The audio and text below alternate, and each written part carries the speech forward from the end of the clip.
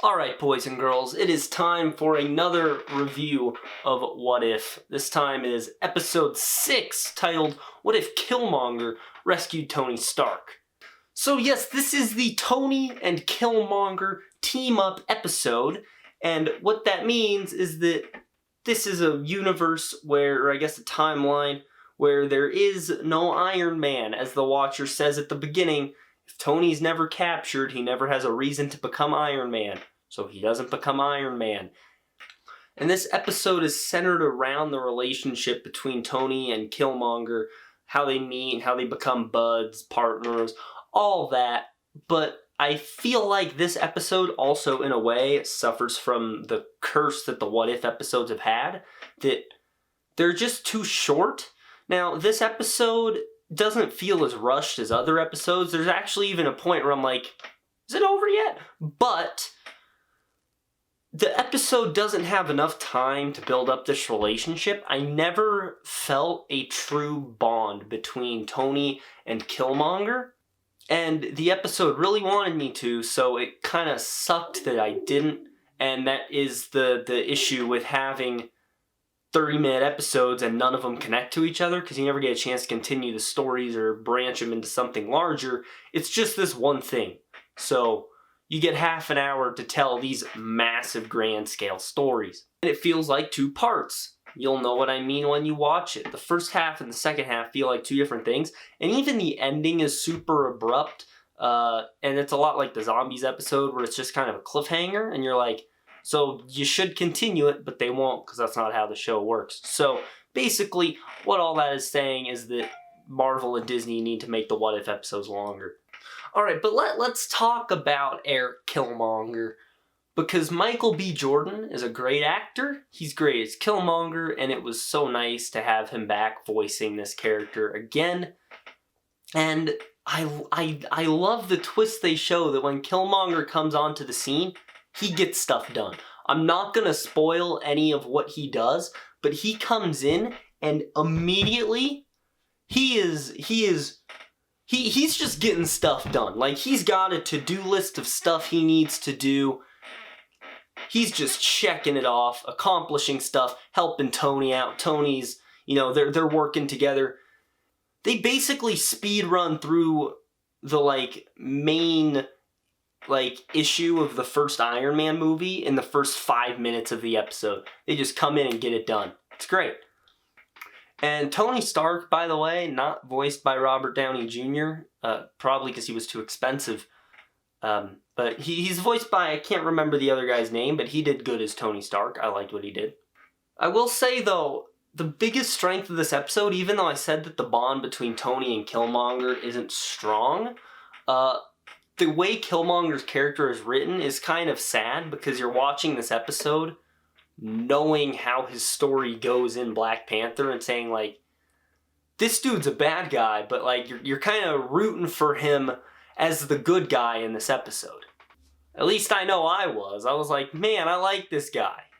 Anyway, that's really all I had for non-spoiler, just a couple little things I wanted to talk about. So now let's hop into spoilers. If you have not seen the episode, because I'll spoil it. So yes, as I said, Killmonger comes onto the scene and gets stuff done. He's like, I was undercover in the Ten Rings, learned of a plot to kidnap Tony Stark, and figured out that Obadiah Stane was behind the whole thing. Boom! Obadiah is done like that. The main villain of Iron Man is taken care of instantly. And why is everyone dying in this show? Every character, it feels like, in this show is dying. In this episode, they off a couple more people. We see Rhodey get killed by Killmonger. We see T'Challa get killed by Killmonger. That was a shocker. I didn't expect that. And then for the third time in this show, we see Tony Stark get killed, because Killmonger stabs him in the shoulder. It kills him.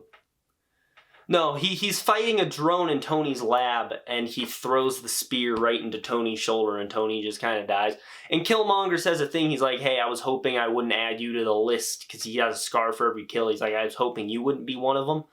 It's supposed to be heartbreaking, but it wasn't, because I didn't feel that they were best friends. So what happens is that he sets it up like Wakanda has, started killing Americans. So they put the Stark drones into production that Killmonger had designed in college. And he leads them to Wakanda, then goes into Wakanda, and then leads Wakanda against the drones so that he can become Black Panther. It's a lot like Loki's story in Thor, where he kind of plays both sides so that he comes out as the one in charge. It's a lot like that. But I had a question, because the episode never really made this clear. Did Killmonger save Tony because he knew Tony could make the drones? Like, what reason did he have to save Tony Stark beyond knowing Tony has the power to make the drones? That would be my guess. The episode doesn't really make that clear, but my assumption is that he saved Tony to use Tony. And yes, once again, as I mentioned on spoiler, there is an abrupt ending to this episode.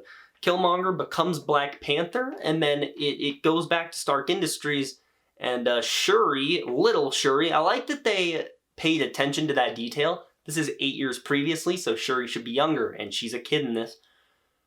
She's in the office, and she gives Pepper this thing like, hey, Killmonger was bad, let's work together to get back at him. And they're like, that's a great idea. Then the episode ends, and I'm like, once again, it's too short. There's more to this story.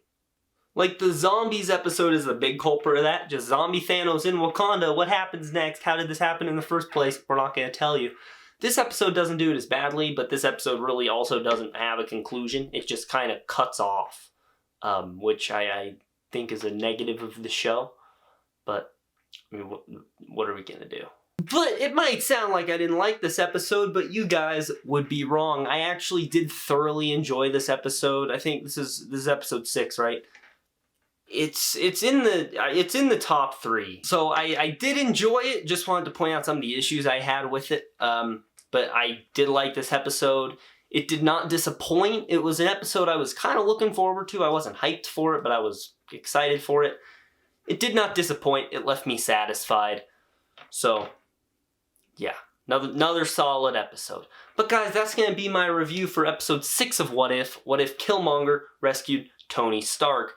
Let me know your thoughts on the episode down in the comments below. Also, leave a like on this video, subscribe, click on the bell icon to receive all notifications from the MCHQ. This can be it. Have a great day, guys.